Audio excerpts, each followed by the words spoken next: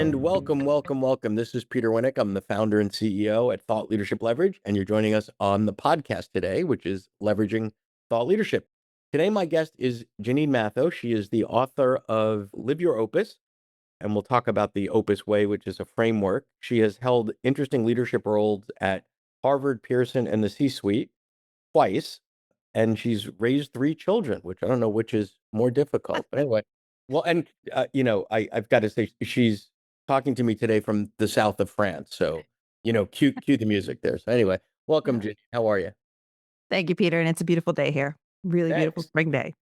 So, how did all this happen? Right? Like, what was the path that led you to where we are today?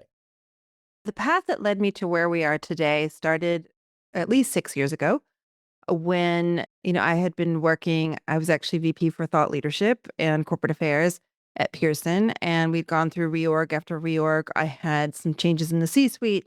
Things were Yep. getting more intense than usual, and actually, I think I didn't have language, but I would say I was already at the beginning stages of burnout. Okay. And I didn't have the language for that. I just thought, well, this is like ongoing stress more than usual, a lot less sleep, even more than usual, too much work, Right. even more than usual. But I thought, well, it'll pass, right? Just kind of what comes with the job. And I didn't realize how intense it was. And then I would say a few weeks after I'd kind of come to that realization, my mom was killed in a car crash. Oh, And God. within a month, those things kind of really collided. And it was January 6, 2020, and I couldn't get out of bed for the first time in my life, couldn't work, couldn't function, hadn't slept in about 9 weeks, wasn't really eating, and was put on time off from work, mental health leave Hmm. from work. And I think, I was one of those classic high achievers, overachievers who just kept climbing. And I thought that I was invincible. I just thought it's the next job, it's the next promotion, it's the next move. And I never really thought that I would be someone who would, come to something like burnout or have any mental health challenges.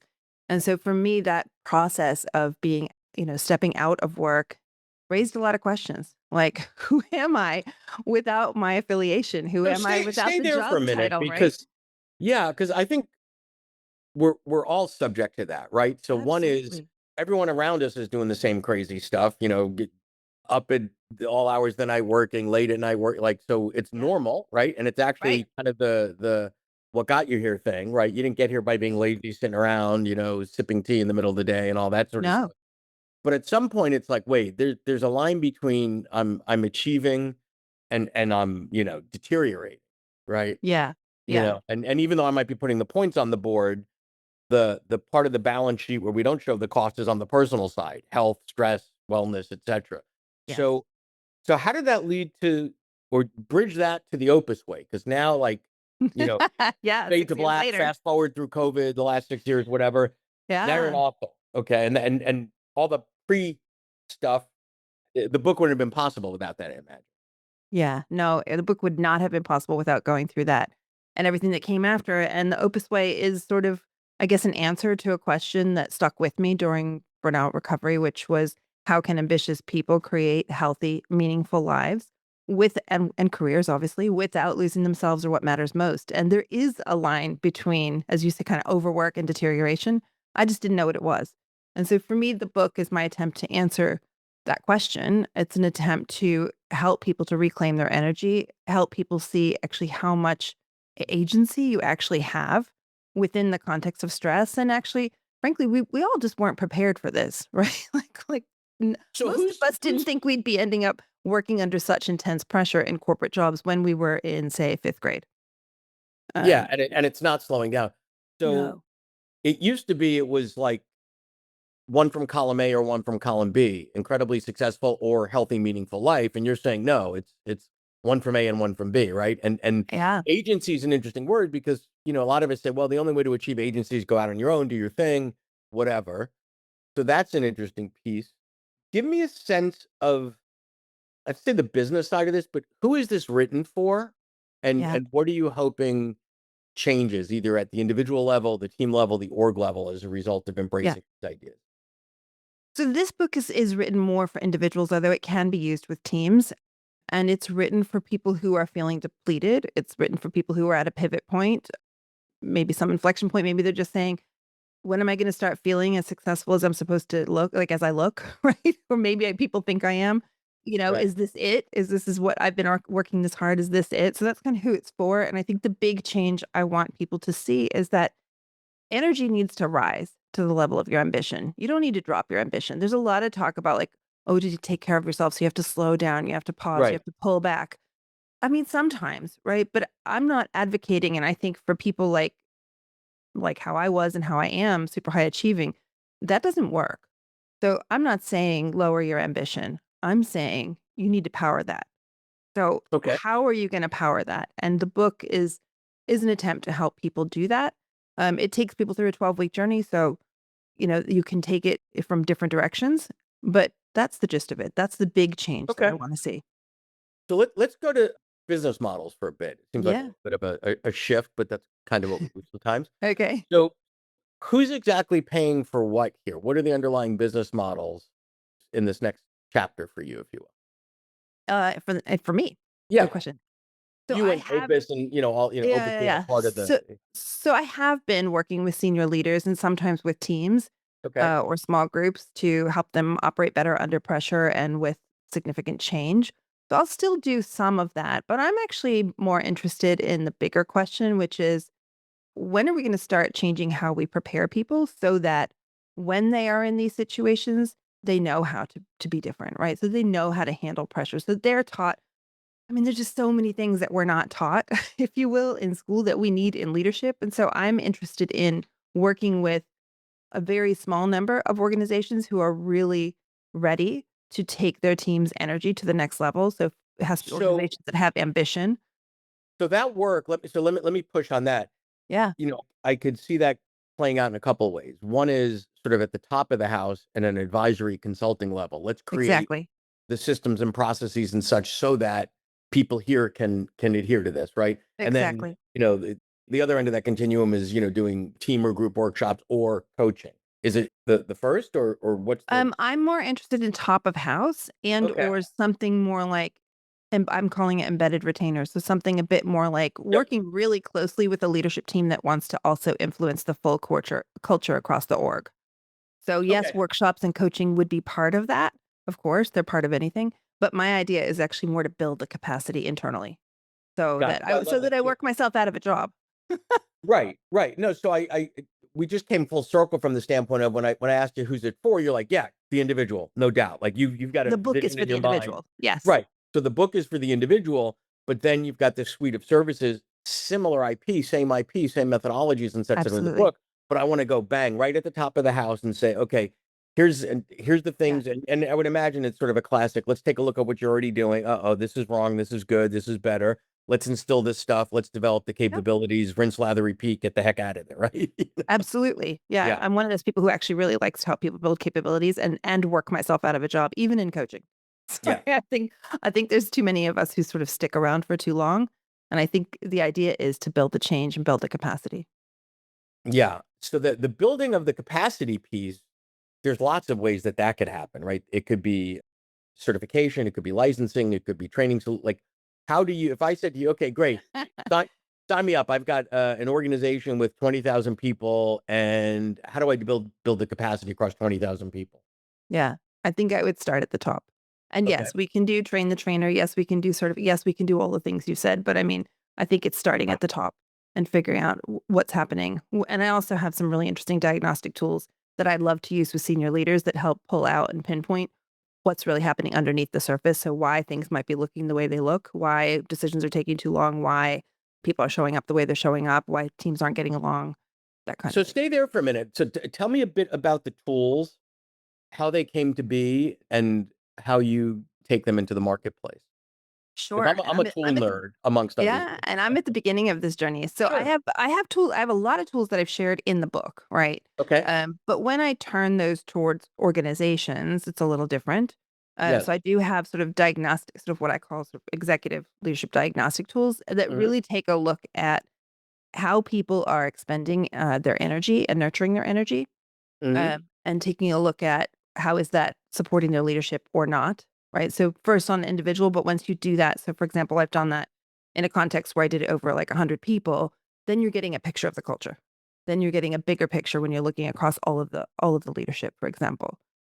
So that's Okay. one of the tools I have. I've got, in the book, I have a set of energy principles.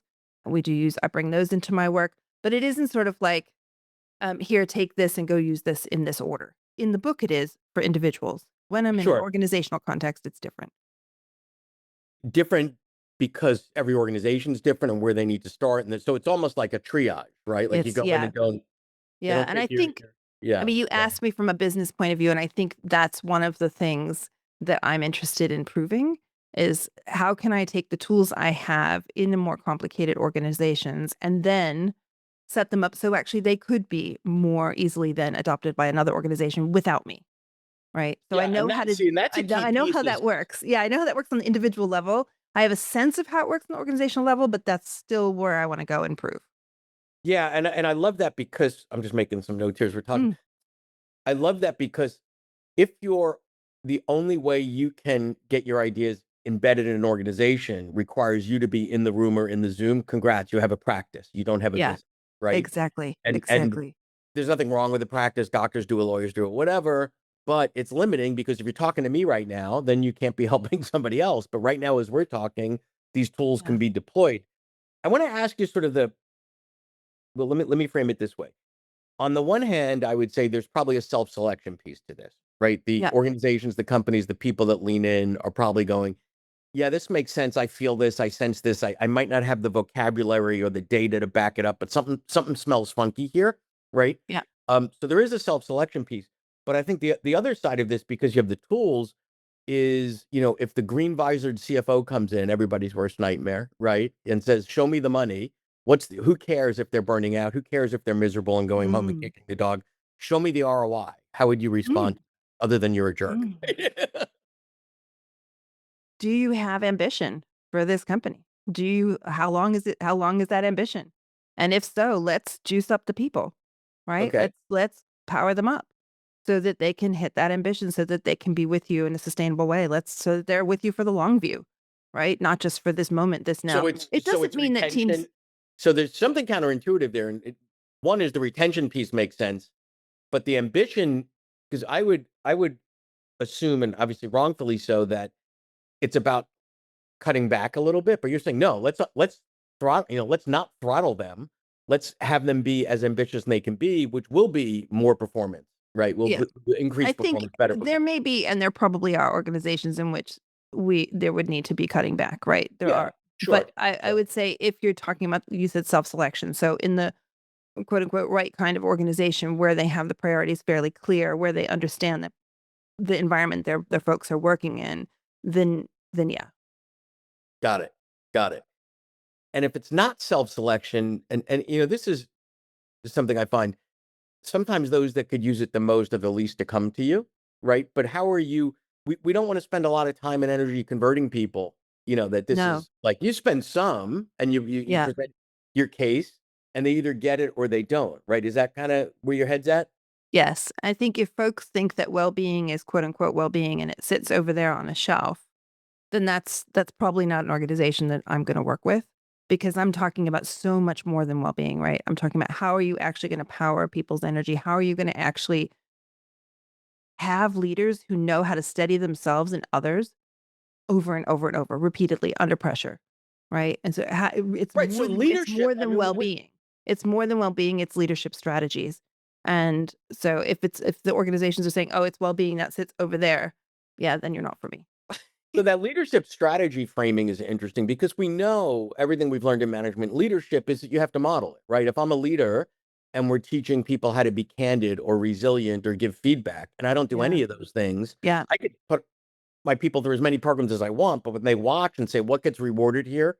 How do the high performers behave? How do the leaders behave? That's actually what they're going to replicate. So if you don't Absolutely. sort of develop those capabilities in the leaders to say, Yeah. oh, so and so is able to do this, so and so actually behaves like that. And then I want to go to some of the language and the models because Let me say one thing yeah, real quick. I think sure. for me, the place I come from is I've been working with individuals Yes. more than organizations, and you can work with individuals who are very, very senior or in the C-suite, but alone, they cannot change everything, Yeah. right? So, like Well, then so that's really therapy, right? Like, oh, good, exactly. right? Like So it's which, You know, it's great that they sort of seem and they have more tools and more frameworks that they can use with themselves. Some of them take that into their teams, some of their teams I work with, but that still leaves them in the context of the wider organization. If the wider organization is struggling, the team is still going to struggle. They're not going to have the tools.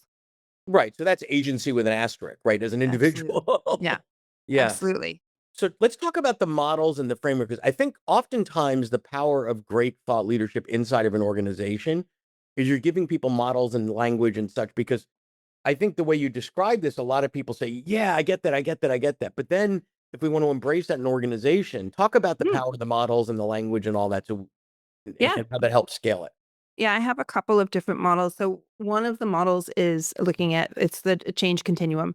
So Okay. obviously, lots of organizations are bringing change in. Change is constant. Yep. So this is a fairly what I consider to be fairly basic. Just so we're super clear, my MO is always to use all of the sort of academic research and then tailor it down so that a 15-year-old can understand it. So you will never hear me talking about academic research in an academic way. I have worked at Harvard. I have done that Yep. chapter of my life. I don't find that that's very useful in this context. So I have what I consider to be a very easy to use change continuum. It helps people identify where they're at. How are they feeling about change right now? How are they feeling about change in the context of maybe one particular initiative at work versus another, something going on at home, something else in their life. I think So that could stay be there for a really minute. useful. Yeah, Yeah, go so ahead. let me pause you there for a minute. So now we've got this change continuum, and now let's say I'm in a team. Let's just start at a small unit, and we've all been exposed to that. Now I can have a conversation with a colleague or my boss or whatever, and says, "Hey, you know what? Here's where I'm feeling it on the change continuum, Yeah, right?" And just the power of saying, "Look, I'm over here. We all know what these words are, and we've been taught this, whatever." Then the leader can say, "Oh, I get it. Okay, so that's not a great place to be, right? right. And you want to get to this part. Let's talk about how we get you there." Versus if you Exactly. don't have that, even just the framing of that conversation, it could be Yeah. awkward, could be difficult, could cause Yeah. more anxiety than saying, Exactly. And what it's paired. So the change continuum is paired with something else, which is around okay, energy. So it's an energy framework yes, called Opus 8. So it sort of says if you're this archetype and you're feeling this way, like okay. if you're a catalyst and you're energized and you love moving fast and you love change, here are the things you need to look out for, right? And burnout is one of those things. Right? How do you overextend yourself? So maybe you're a catalyst. Maybe somebody else is a hesitator. Like the catalyst has brought in the change Yep. initiative and you've got 3 hesitators on your team. Okay, well, how do you gonna bring them to where you need them to be, right? What do you need? Which is What a can you great value in them, first of all, because there's value in being hesitator sometimes. And yeah. then what do you need to do to help move them? Maybe you need to move in a little or they need to move up a little. So how do we help move people? And it's not a static continuum and the energy piece is not static either, but it's more to give you a sense of how you deal with it. Yeah, and I think that's really cool because it gives the leaders and the managers, because if I'm a hesitator or whatever, right, I'm gonna think everybody's like me, because why wouldn't they be? That's the greatest thing to be, right? But then I realize, like, there's other people that operate differently. And I said, Yeah. "Oh, okay. Janine's more like this one, is more like that. Okay, get it. Yeah, There's a way that people operate that's different than me." Cool. So absolutely. so if we were to schedule a time to talk a year from now, Okay. right? And the book's been out a while and you're doing more organizational work, whatever. What are your hopes? What would be different, and what would be outcomes that you're hoping for? For myself, from a business point of view or all? Any way you want to take that. Yeah. I mean, I'm hoping to find the right set of 1 or 2 partners in the next year that will Mhm. take this work deeper so that I can validate the frameworks more thoroughly in the organizational context. So I know they work, So but you let's want to stay in the thought leadership space and find strategic. Let me paraphrase: strategic partners, strategic levers. future Yeah, partners. Yeah, yeah, strategic yeah. partnership. And so I understand what are the levers that really Yep. work and Love how it. can we then replicate that more broadly. And also, I talk about I'm rethinking how people are how we're developing people writ large. So I'm also doing some partnerships with K-12. I'm doing an Yep. advisory in higher ed, because I'm really interested in how we train the Sure. leaders of the next generation, both in leadership development more formally, but also further back down the pipeline. So Fantastic. Well, yeah, this has been great. I hope to have that conversation in a year, and you've hit that thanks and so much. surpassed it. So good Thanks. stuff. Thank you for your time today. Thanks for your time. To learn more about Thought Leadership Leverage, please visit our website at thoughtleadershipleverage.com. To reach me directly, feel free to email me at peter@thoughtleadershipleverage.com. And please subscribe to Leveraging Thought Leadership on iTunes or your favorite podcast app to get your weekly episode automatically.